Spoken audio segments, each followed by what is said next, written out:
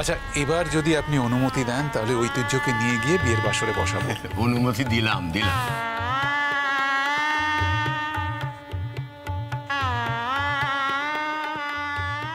শোনো বাপু, একটা কথা বলছি।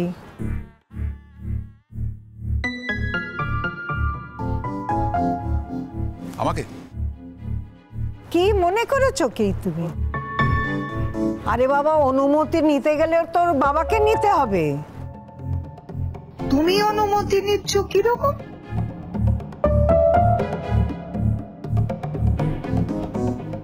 কারণ দিঠির বিয়েটা উনি দিচ্ছেন, সেই জন্যে। দয়া করে এখানে না অযথা কথা বলে সময় নষ্ট করবেন না। গোধূলি লগ্নে বিয়ে তো, বিয়ে শুরু হতে দেরি হয়ে যাবে। মাসি, আমি বলি কি আমরা এখান থেকে যাই। আমি বুঝতে পারছি তোমার খারাপ লাগছে, খুব স্বাভাবিক। আমাদের নেমন্তন্ন করেছিল, আমরা ভদ্রতা করে এসেছি এবং অনিন্দ একটা বিগ অ্যামাউন্ট দিয়েছে, আমাদের দায়িত্ব শেষ। এখানে থেকে তো আর সময় নষ্ট করে আমাদের কোনো লাভ নেই, আমরা বরং চলি।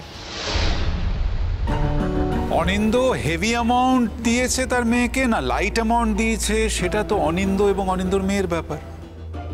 সেই কারণেই তো আলাদা ডেকে নিয়ে গিয়েছিল।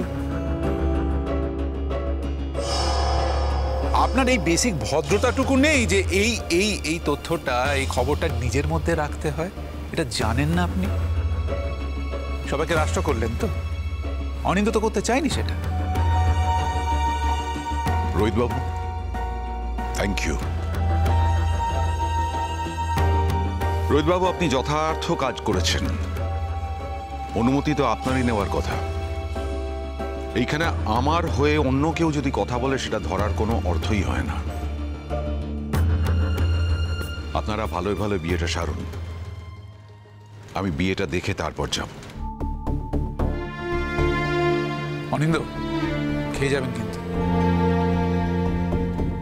নিশ্চয়ই রোহিত বাবু, আমার মেয়ের বিয়ে আমি যদি খেয়ে না যাই মেয়ের তো অকল্যাণ হবে, তাই না?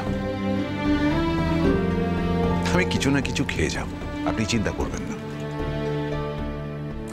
তাহলে ঐতিহ্যকে নিয়ে বিয়ের আসরে বসাই।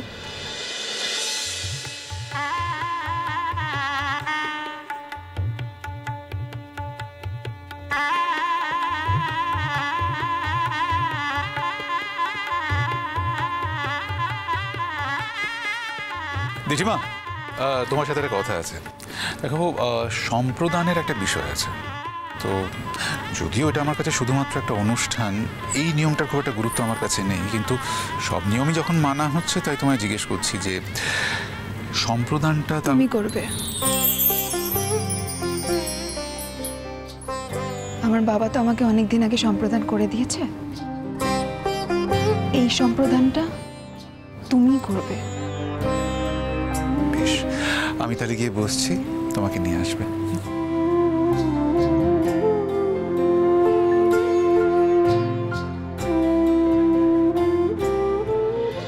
গন্ধপুষ্পে নারায়ণায় শ্রীবিষ্ণবে নমঃ। এতে গন্ধপুষ্পে শিবাদি পঞ্চদেবতা গণেভ্যো নমঃ। এতে গন্ধপুষ্পে প্রজাপতয়ে নমঃ।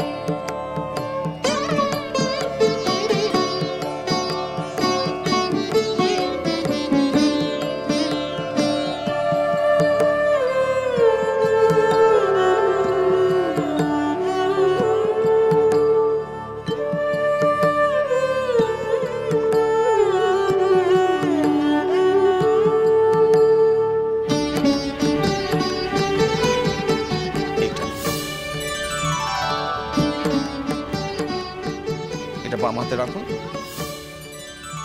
এতে গন্ধপুষ্পে ব্রাহ্মণায় নমঃ। এতে গন্ধপুষ্পে প্রজাপতয়ে নমঃ। এতে গন্ধপুষ্পে বরায় নমঃ। দিন, জামাতাকে ধরে দিন ওটা। নাও বাবা, তুমি বলো ওং স্বস্তি।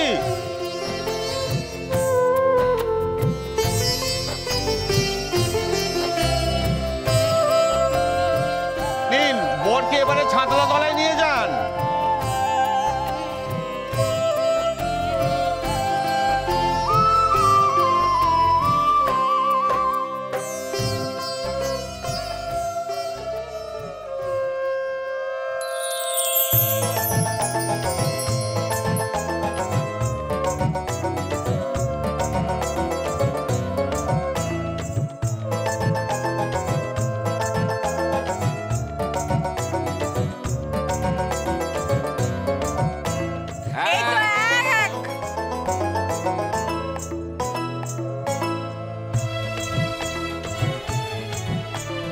যাই বলো আর তাই বলো, আজকে দিঠিমাকে সবচেয়ে সুন্দর লাগছে, চোখ ফেরানো যাচ্ছে না। আর আজকের দিনেই দেখো ঐতিহ্য চাকরির খবরটা এলো, তাও আবার এত বড় চাকরি। তবে বলেছিলাম না ছেলেটার উপর ভরসা করা যায়। একদিন যেদিন ও কিছু করতে চেয়েছিল, আমি ওকে সাহায্য করতে চেয়েছিলাম, ও রিফিউজ করে। সেদিন আমার ভালো লেগেছিল, কিন্তু মনে একটু ডাউট ছিল। আজ উপলব্ধি করলাম ছেলেটা কেন রিফিউজ করেছে। কি কনফিডেন্স ভাবো তো।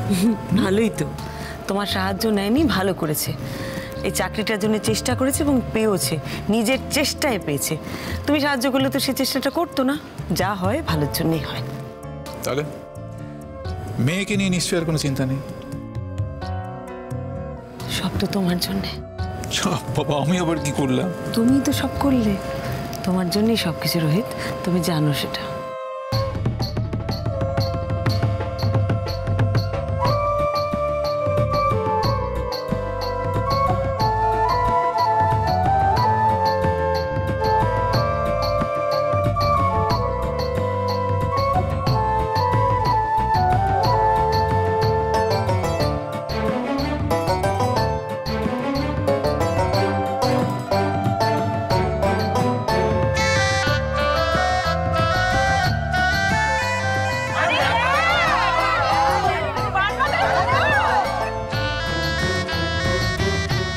আরে কি হলো দিঠি, টাকা বউয়ের তো চোখই দেখা যাচ্ছে না। ওদিকে দেখ ঐতিহ্য কিরম ড্যাব ড্যাব করে থেকে দেখছে। বল তাকাতে বল। দিদি তাকাও।